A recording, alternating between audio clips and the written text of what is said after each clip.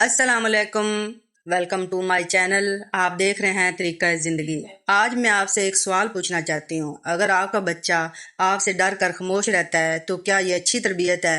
ہم میں سے اکثر لوگ سمجھتے ہیں کہ فرمانبردار بچہ وہ ہے جو کبھی سوال نہ کرے، کبھی اپنی بات نہ رکھے اور حکم فوراً مان لے، لیکن کیا واقعہ ہی بہترین تربیت ہے؟ اصل تربیت صرف یہ نہیں کہ بچہ ہماری ہر بات مانے، بلکہ یہ ہے کہ وہ صحیح اور غلط میں فرق کرنا سیکھے، سچ بولنے کی ہمت رکھے اور اچھے اخلاق کے ساتھ اپنی بات بھی بیان کر سکے۔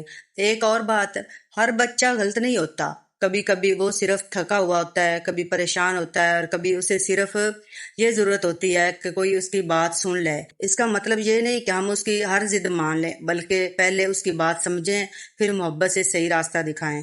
یاد رکھیں، ڈانٹ وقتی طور پر خاموشی لا سکتی ہے، لیکن محبت اور حکمت زندگی بھر کا اعتماد پیدا کرتی ہے۔ اگر آپ چاہتے ہیں کہ آپ کا بچہ سچا بنے، خود سچ بولیں۔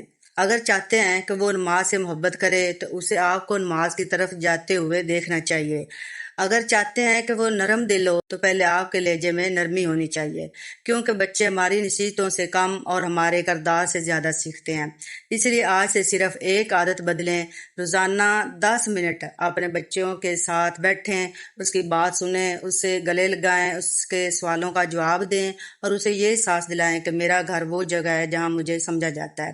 یقین کریں، یہی چند لمحے آپ کے بچے کا مستقبل بدل سکتے ہیں۔